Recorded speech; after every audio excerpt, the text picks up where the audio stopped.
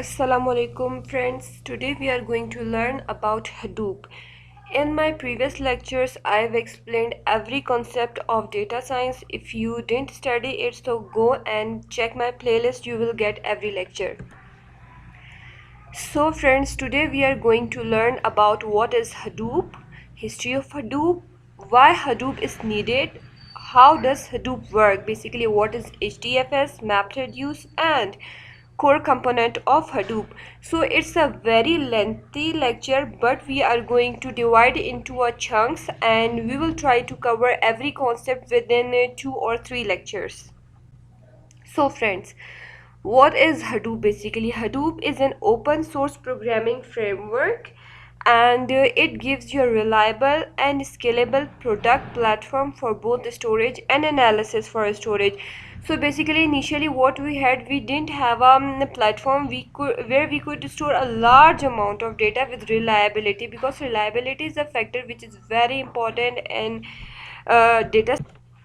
So basically, if I define it in a one word, so basically it is the file system which is Hadoop distributed, and we are using Hadoop for processing. It has got framework for computation. It was made by Apache Software Foundation in 2016 and it was written in Java. So what is the history of Hadoop? Basically, Hadoop is Google published GFS and MapReduce paper. Google has published their paper in GFS and MapReduce in 2003 and 2004, and their house processing framework basically. And Yahoo was building Nudge, an open source web search engine. In the same time, Hadoop was primarily driven by Doe Cutting. Basically, Doe Cutting is the founder, we can say, of Hadoop, and Tom White in 2006. So as I said that we will talk about history. So in Hadoop is basically Apache Software Foundation formed as non-profit organization in 1999, and in 2002, Nudge created by Doe Cutting and Mike Cafiera. In 2006, Cutting joined Yahoo, take Nudge with him, and in 2008, Nudge divided and Hadoop is born. So basically the birth of Hadoop was in 2008. Now with the passage of time, we has made exploration in that, and Yahoo released Hadoop as an open source foundation within a same year. It was developed by Apache basically, and Hadoop based in 2008. In the same year, Hadoop based startup Cloudera incorporated. In 2009, Cutting leaves Yahoo for Cloudera. In 2011, Yahoo spin-off Hortonworks as commercial Hadoop distribution. Basically, this is the journey of Hadoop. There is nothing to explain in detail. It's just the fact with the specific dates and its exploration dates. So why we are using Hadoop basically? Hadoop basically enables scalability to the data and enable fault tolerance. Why it enables scalability? Basically, Hadoop framework provide the storage, and its large storage volume of data on commodity hardware. So what is commodity hardware? Is basically your normal PCs, which is easy for everyone to access and can store a vast amount of data which a normal PCs can't. And it handles fault tolerant. What is fault tolerant? Basically, fault tolerant is basically a failure in your system while updating your system and while making replication in your system. So basically, Hadoop provides you a fault tolerant platform, and it is optimized for variety of data types. You can store structured data, unstructured data, CSV file, JSON file, whatever the file format you want, you can store in that. And the ability to facilitate a shared environment. It will provide you a shared environment, which means that it allows you to create multiple jobs to execute simultaneously. It's not fixed at single job.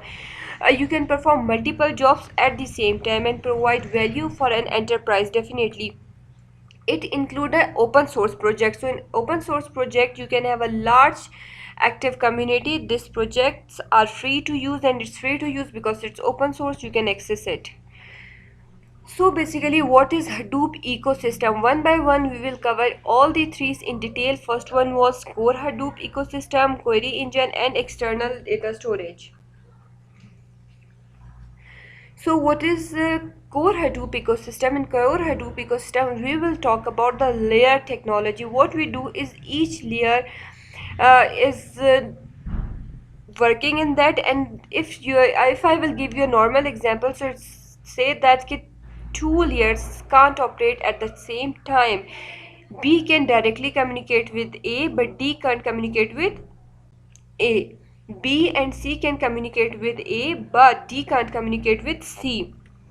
So basically what we do is multiple framework is tagged in specific order, so you have to keep this thing in mind. Next was is core Hadoop ecosystem. So we will, in all the lectures in the complete course, I will teach you about HDFS, Yarn, MapReduce, Zookeeper, OZ, Pig, Hive, Taz, Spark, HBase, Apache Storm, and data ingestion. All these things, Apache Ambari as well. All these things I will teach you in my complete course. So stay connected with me, and don't forget to subscribe my channel. So next thing is core Hadoop ecosystem. As I said, low level interface are so stored and scheduling at the bottom. So what we do is basically low level interface and scheduling we perform at the bottom layer, and high level languages and interactivity at top. So basically interactivity we will have at the top, and you can see the pink color component are the basically core components. These all these are also a part of Hadoop, but these pink one are the core one. Without these three, the Hadoop won't be possible, we can say. HDFS is a foundation for many big data frameworks since it provides scalable and reliable storage. What we need is the basic thing in our data is reliability and scalability. Scalability means you can change it and at any time according to your need, and reliability, definitely you need a reliable factor. You need where the data is stored and with proper utility. So basically Hadoop Yarn, what is Yarn? Yet another resource negotiator, provide a flexible scheduling and resource management over the HDFS storage. So in Yarn we will have a complete lecture, so stay connected. Yarn is used at Yahoo to scheduling job. Basically what we are doing with the help of Yarn, we schedule the job. And MapReduce is a programming model that specifies parallel computing. Okay, so what we do in that, we where is that my cursor? Yeah, here we do parallel processing. The task of scheduling is done at Yarn, and Hadoop provides you scalable and flexible storage.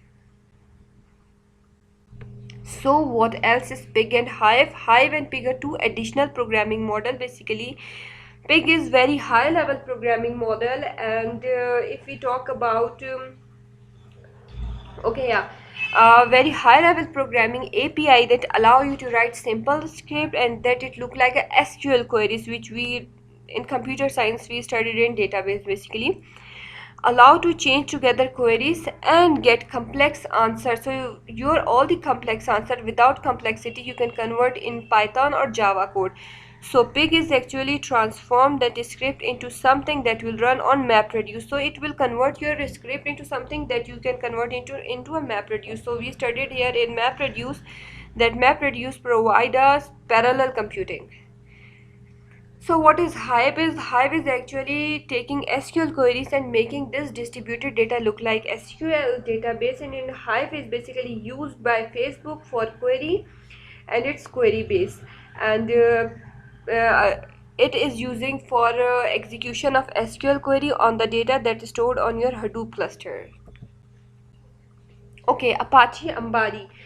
Apache Ambari is basically all of your component that sits on the top of everything. Its task is to visualize running on your clusters, what systems are using, how much resources allow to actually do things like execute Hive queries or import database.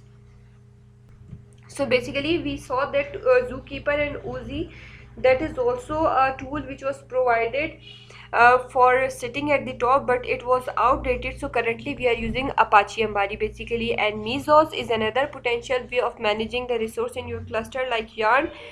So Yarn is outdated, Yarn is in, and Mesos is outdated. You can see that both sits together, but it's outdated and it's we are using. Okay, So Spark sit on the top of Yarn or Mesos. It can go either way to run queries or data. What we can do in a Spark is basically it requires some programming. You need to make a program, and that its script basically run on Python and Java or the Scala programming language. So Python, I have explained complete series on Python. So if you don't know what is Python, so you can subscribe my channel and check the playlist for the Python. I have explained the Python in detail with the Anaconda. It is extremely fast and it's under lots of active development, and it's really good choice for if you're having a reliable and efficient processing on cluster. Apart from that, you can do machine learning on Hadoop cluster information. It can actually handle streaming data. You know that streaming data is difficult to handle in real time, so Hadoop provided you the facility of that. Because why? Because it stored a large amount of data which was unstructured. Core Hadoop ecosystem, we are using Tez in similar Spark with directed acyclic graph, and in Tez basically lag upon it's on MapReduce. Basically wires on MapReduce because it provides optimal plans for actually executing queries, and Hive can sit on the top of MapReduce, which is discussed in this slide. This you can see Tez sit on the upper layer. HBase sits off to the side, and its way of exposing the data on cluster transactional platform. Basically it's also called a NoSQL, means not only SQL database. It is fast reliable means for large transaction. If you're having a large transaction, so you can use HBase, and it also provides you are exposing result to some other systems. Storm is a way of processing streaming. In streaming, what we do is data sensors or weblogs, and Storm does it slightly different than Spark. Basically in Spark, what we do is we are using, here is Spark. Basically if I show you, it's requires some programming scripting language. It's extremely fast. So basically a Storm is slightly different, not a completely but slightly. So also update machine learning model or transform data base in the real time. Oozie is just a way of scheduling job, and you just need to schedule job with the help of Oozie, like we did with the Yarn as well. Its tasks need to happen on Hadoop cluster to involve many different steps. If I give you example, so if you have to load data into Hive and then integrate into a pig, okay, and query it with the Spark and then transform the result into HBase, so Oozie can manage that very well. So if you need to perform multiple tasks and with a single integration, so you need to use this Oozie. So all these basically tools are interchangeably, you can change according to your need. Zookeeper also sits along the side of technology. It's basically technology for coordinating everything on your cluster, and it's a technology for keeping track of the nodes. If you need to keep track of your nodes, so you need to do is a Zookeeper. And a Zookeeper can be used for keeping track of current master node or keeping track of the nodes. Scoop is a way of Scoop is basically a way of tying your Hadoop database into relational database.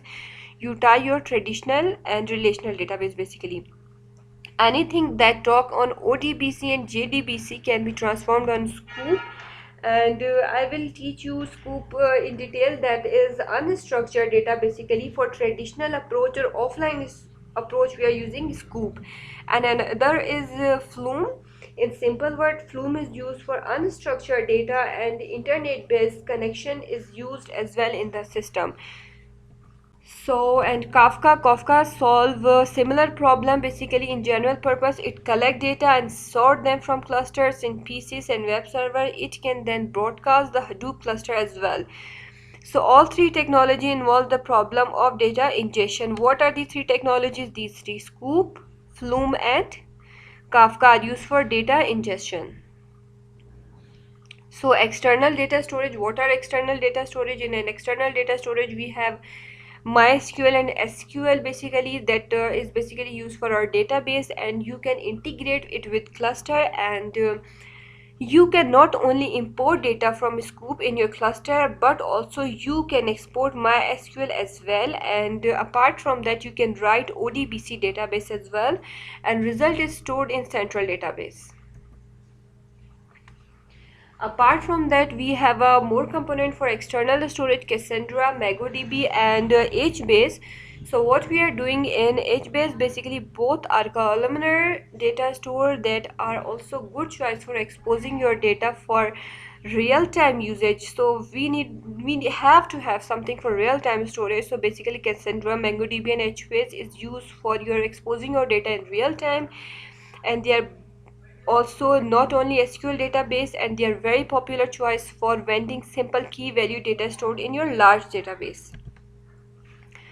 And next we have Apache Drill. And Apache Drill is basically we have to write in SQL queries and will work across a wide range of not only SQL database that can talk to your HBase database and Cassandra and MongoDB. Basically all these are the tools, and all these tools are open source and you can use according to your need. I'm just giving you a brief introduction about all that. Once you will start proper working on that, so you will come to know about what I'm talking about. Hue is a way of interactively creating queries, and it will also work with Hive and HBase. Hive we studied before, and HBase also. So for Cloudera, it's kind of take the role in Apache Ambari. Another query engine tools are Apache Phoenix. It is basically allowed to do SQL style query across the entire engine, and it is similar to Apache Drill. Basically in Apache Drill we studied here that here we need to write SQL queries in wide range, and Presto is another way of storing your data in query engine, and Apache Zaplex similar. The Hadoop ecosystem, basically, so what are the benefit? The major benefit of the Hadoop ecosystem is that all these tools are open source, as I said before, and you can mix and match according to your need, and you can use them collectively as well. As a summary, if I summarize that, so Hadoop ecosystem consists of growing number. These are the limited tools, but there is a growing number. Provide an opportunity to pick tools. You can pick tool according to your choice and you can use them. So when we need to reconsider Hadoop, basically when we are having a large amount of data and we have to quick access, and definitely we want to have multiple application to store at the same time, so the best choice is Hadoop.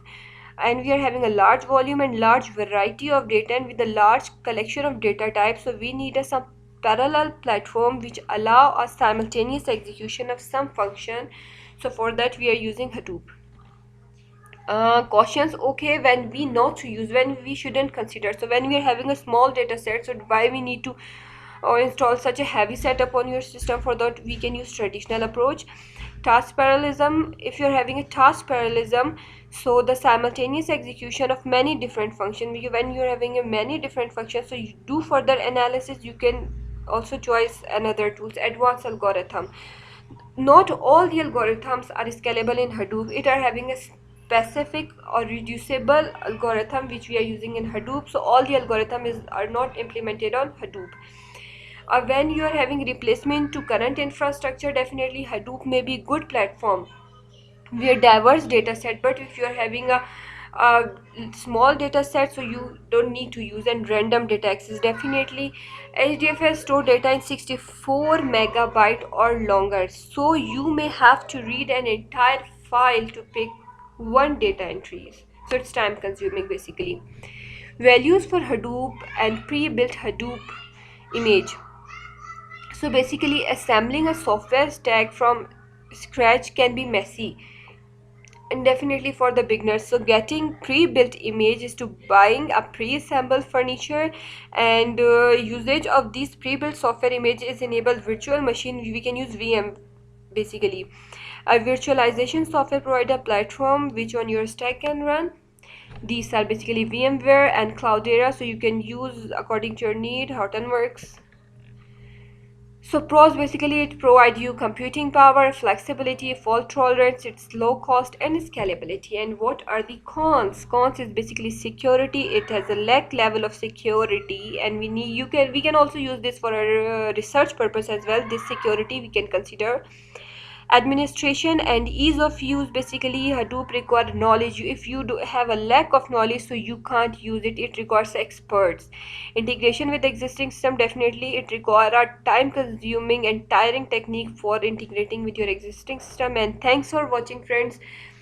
If you are having any query about Hadoop or data science, so you can ask me in the comment box, and don't forget to subscribe my channel. And thanks for watching. Allah Hafiz for now.